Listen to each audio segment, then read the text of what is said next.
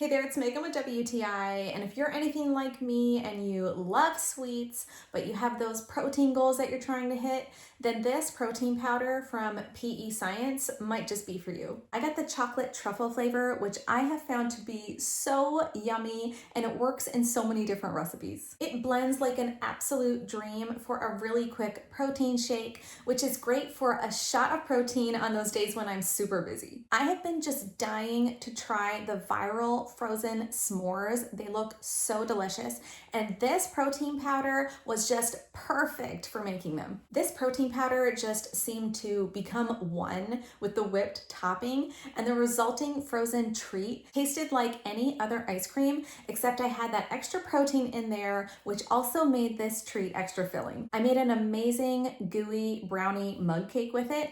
Now, I may have underestimated the size of the dish I needed to make it, kind of overflowed a little bit, but let me tell you, it was incredible. For quite a while now, I have really been focusing on building muscle and strength. I found it really challenging to meet my high protein goals. So supplementing with a protein powder like this one from PEScience is just perfect for me. And on top of that, now I can have my cake and my protein too, thanks to this protein powder from PEScience.